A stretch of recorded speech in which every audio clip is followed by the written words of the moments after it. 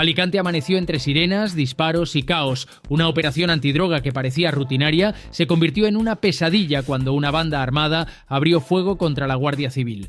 4 agentes cayeron heridos mientras el resto de la unidad resistía bajo balas, humo y confusión.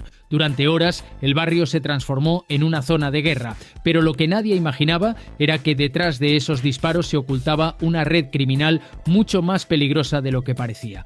Quédate hasta el final, porque te vas a quedar sin aliento al descubrir cómo la Guardia Civil respondió al fuego y logró doblegar a una organización brutal. Suscríbete y activa la campanilla. Todo comenzó con una llamada a las 3:47 de la madrugada. Una voz temblorosa, casi rota, alertó a la Guardia Civil. Están descargando algo en los almacenes. Hay hombres armados. Nadie imaginaba que esa llamada sería el inicio de una de las operaciones más violentas registradas en Alicante. En un tranquilo polígono industrial, una banda de narcos internacionales se preparaba para mover un cargamento de cocaína. Lo hacían de madrugada, lejos de testigos, aprovechando el ruido de los camiones que entraban al puerto. Pero esta vez, la UCO ya los tenía vigilados. El capitán Javier Romera lideraba la investigación desde hacía meses. Habían detectado movimientos sospechosos, transferencias de dinero sin origen claro y la reaparición de viejos nombres ligados al narcotráfico del Levante. Entre ellos, un exmilitar serbio conocido simplemente como El Lobo, mercenario, violento, con entrenamiento y contactos. Desde que había llegado a España se había convertido en la sombra de los grandes cargamentos de droga. Y ahora estaba al mando de un grupo capaz de enfrentarse a la ley sin mirar atrás. En el mundo del narcotráfico moderno, las armas no son un lujo, son una herramienta. Y cuando la droga se cruza con el fuego, la línea entre justicia y guerra se borra. La operación llevaba 2 meses en marcha bajo el nombre clave Operación Medusa.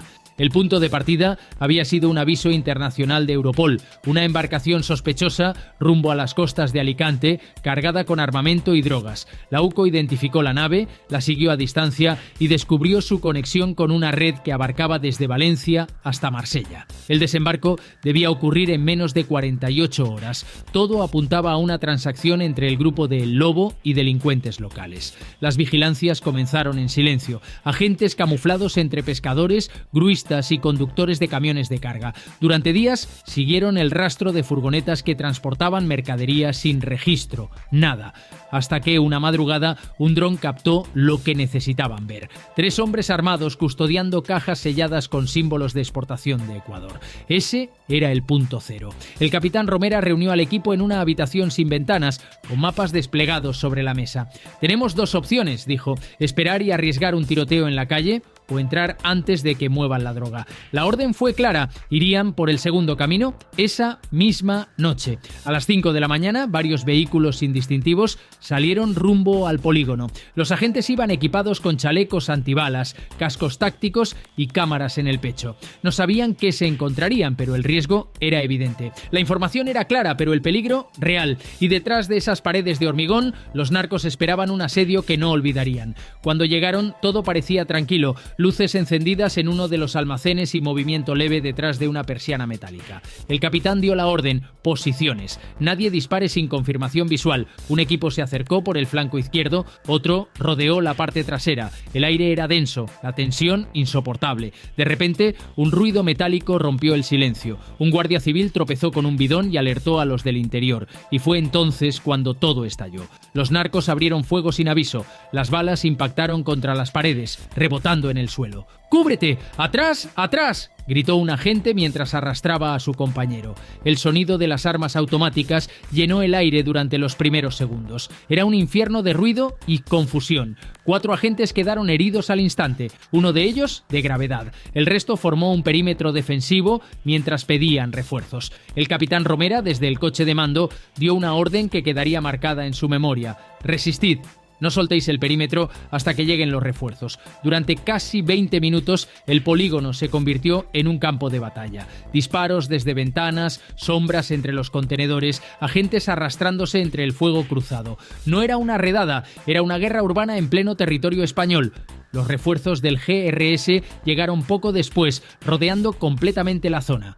Con drones térmicos y visión nocturna, identificaron al grupo atrincherado. Eran 6 hombres, 3 armados con fusiles automáticos, 2 con pistolas y 1 con una escopeta recortada. El líder, el Lobo, dio la orden de resistir hasta el último cartucho. El enfrentamiento duró más de una hora. Los agentes intentaron negociar, ofreciéndoles rendirse. No hubo respuesta, solo otra ráfaga de balas. «Granada aturdidora, ¿ahora?», gritó el sargento. El estallido retumbó en todo el polígono. La onda expansiva permitió a los equipos de asalto irrumpir por las 2 entradas principales. Uno a uno, los narcos fueron neutralizados. Cuando la última puerta se abrió, el olor a pólvora y sangre llenó el aire. En el interior había cajas con cocaína, varias armas largas y una bandera con símbolo de un grupo armado europeo. El operativo había terminado, pero nadie sonreía. 4 compañeros estaban siendo trasladados al hospital. Los agentes, exhaustos y temblando de adrenalina, permanecieron en silencio. El capitán Romera miró el almacén destruido y pronunció solo una frase: «Esto ya no es narcotráfico, es guerra». Esa madrugada Alicante conoció el verdadero rostro del crimen organizado, el del fuego y la violencia. Suscríbete y activa la campanilla, te descubrirás cómo esta emboscada cambió por completo la manera en que la Guardia Civil enfrenta el narcotráfico armado. Lo peor aún no había pasado. Esa noche no hubo descanso. El polígono estaba cubierto de humo, cristales rotos y el eco de los disparos aún flotando en el aire. Los agentes heridos habían sido trasladados al hospital, mientras el resto del equipo aseguraba la zona. Pero el capitán Romera no podía celebrar la victoria. Sabía que el golpe no estaba completo. De los 6 narcos armados, 3 habían sido detenidos. Otros 2 estaban gravemente heridos y uno, el más peligroso, había logrado huir. El Lobo. La operación Medusa debía continuar. Durante años España había enfrentado al narcotráfico con inteligencia y paciencia. Pero nunca así, nunca contra una banda armada dispuesta a convertir la costa mediterránea en un campo de batalla. Romera reunió a su equipo en el amanecer alrededor de una mesa llena de planos y fotografías. «Este tipo no va a desaparecer, va a reagruparse. Tenemos 5 días antes de que crucen la frontera». La persecución del Lobo fue, desde ese instante, una carrera contrarreloj. España entera se convirtió en su escondite. El primer paso fue rastrear los vehículos que salieron del muelle antes del tiroteo.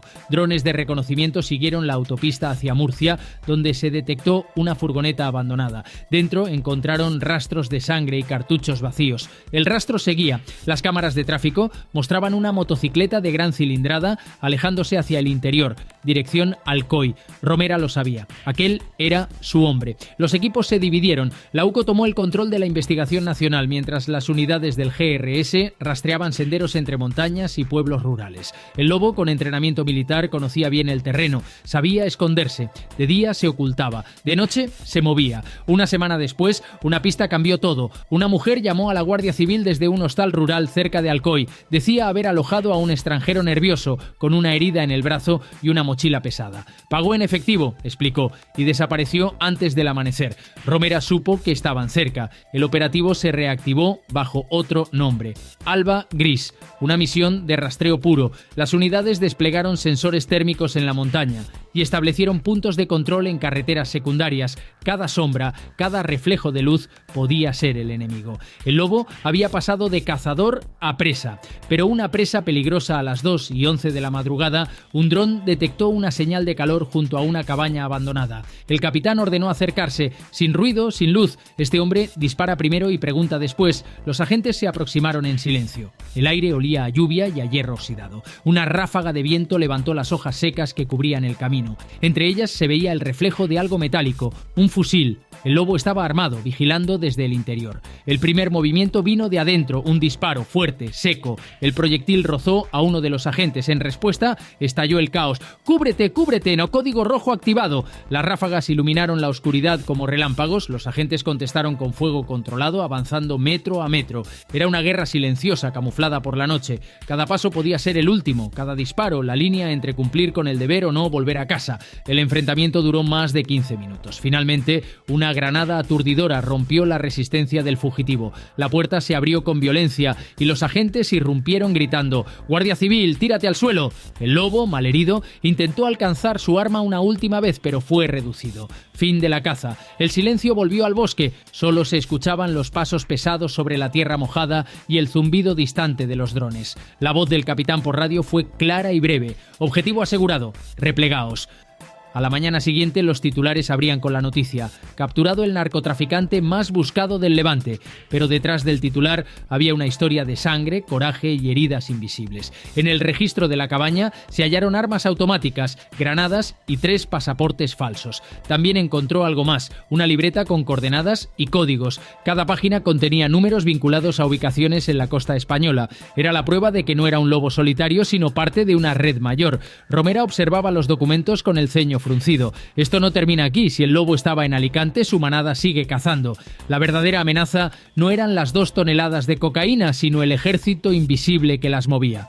Ese mismo día, el capitán visitó en el hospital a los 4 agentes heridos. Uno de ellos, al verle, dijo con voz débil: «Prometimos volver vivos, mi capitán, y aquí estamos». Romera asintió en silencio. Sabía que aquella operación había marcado a cada uno de ellos. Habían enfrentado el miedo y la muerte, y nadie sale igual después de eso. La operación Alba Gris devolvió la calma al Levante, pero solo por un tiempo, porque en el mundo del narcotráfico, por cada jefe que cae, otro está esperando ocupar su lugar. Suscríbete y activa la campanilla, porque en la parte final verás las consecuencias de esta guerra, los juicios, las heridas y el homenaje a quienes resistieron bajo fuego. Lo que vino después fue el eco implacable del coraje.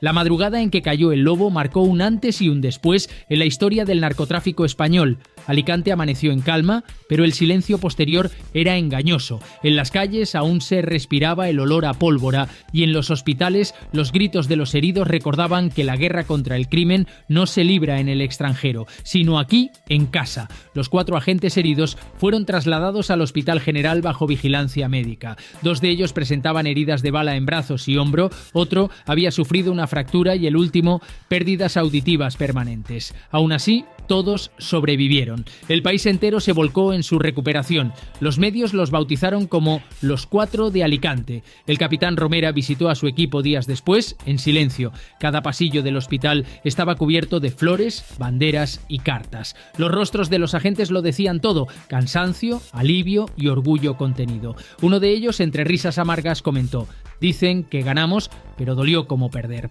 En la guerra contra el narcotráfico no hay victorias limpias, solo heridas que se curan despacio y recuerdos que no se borran. Durante las semanas siguientes, los 6 detenidos fueron procesados. Los informes de la UCO eran contundentes: tráfico internacional de drogas, asociación criminal y tentativa de homicidio. Entre los implicados había 2 ciudadanos balcánicos, un español con antecedentes y 3 extranjeros procedentes de organizaciones del este europeo. Las armas incautadas revelaron el verdadero alcance del grupo: fusiles de asalto, granadas y equipamiento militar. No era una simple red de narcos, era un ejército con bandera de dinero. El juicio se celebró meses después en Madrid bajo estrictas medidas de seguridad. Las imágenes de los acusados, esposados y rodeados de agentes encapuchados, recorrieron las principales cadenas de televisión. El país volvió a mirar de frente la violencia que se esconde detrás de cada kilo de droga. El fiscal fue contundente: estos hombres no vinieron a comerciar, vinieron a matar, y no lo lograron gracias al coraje de quienes se negaron a rendirse bajo fuego. El público en la sala guardó silencio. El testimonio de los agentes fue emotivo, pero también perturbador. Uno de ellos aún tenía una bala alojada en el hombro izquierdo. Otro relató cómo un disparo rozó su casco y destrozó la radio. «Solo pensábamos en resistir, en cubrirnos unos a otros. No creímos que saldríamos vivos». Frente a los jueces, quedaba claro que la batalla de Alicante no fue una redada, fue una prueba de fuego. La sentencia no tardó: cadenas perpetuas por intento de asesinato y más de 120 años de condena acumulada. La noticia recorrió Europa. Por primera vez, España desarticulaba una célula armada vinculada a un cartel balcánico. El ministro del Interior lo definió como una victoria rotunda del Estado sobre el crimen. Pero para los agentes, la victoria era apenas un respiro. Los meses siguientes estuvieron cargados de homenajes, repeticiones mediáticas y, sobre todo, pesadillas. El capitán Romera reconoció en una entrevista: «Uno no olvida el sonido del metal ni el rostro de quien intentó matarte a 3 metros de distancia». Su voz no temblaba, pero sus ojos lo contaban todo. El impacto social fue inmenso. Vecinos de distintos municipios organizaron vigilias y concentraciones en apoyo a las fuerzas de seguridad. Escuelas y asociaciones civiles enviaron mensajes de agradecimiento. Por primera vez en años, el país hablaba abiertamente de la violencia del narcotráfico y del precio que se paga por combatirlo. Quizás esa fue la mayor enseñanza de la Operación Medusa. Recordar que la línea entre el orden y el caos la sostienen hombres y mujeres, que cada día vuelven a la calle sabiendo que pueden no regresar. Los 4 agentes regresaron al servicio meses después, aún con cicatrices visibles y otras que nunca se verían. La unidad completa recibió una condecoración por valentía, aunque para ellos el verdadero honor fue volver a mirar a sus familias a los ojos. Una cámara, durante el acto de homenaje, captó un detalle inesperado. Uno de los agentes, con la mirada perdida, acariciaba su medalla y murmuraba: «Esto no es por nosotros, es por los que ya no están». El capitán Romera, tras años de servicio, fue trasladado a Madrid para continuar coordinando operaciones. Antes de partir, le preguntaron si volvería a enfrentarse a algo así. Su respuesta fue directa: sí, porque si no lo hacemos nosotros, ¿quién lo hará? La guerra contra el narcotráfico sigue activa, las rutas cambian, los nombres se olvidan, pero el riesgo permanece. Alicante fue solo un punto más en el mapa de un conflicto silencioso que recorre costas, montañas y ciudades de toda Europa. El cierre retumba con la verdad más dura. El crimen organizado no teme a la ley, teme a quienes la hacen cumplir. Y la voz final, firme y serena, concluye: porque la verdad siempre deja rastro. Si te apasionan las operaciones reales de la UCO y las investigaciones que marcan la diferencia, suscríbete y activa la campanilla. Nos vemos en el siguiente episodio. Un saludo desde Operación Alfa.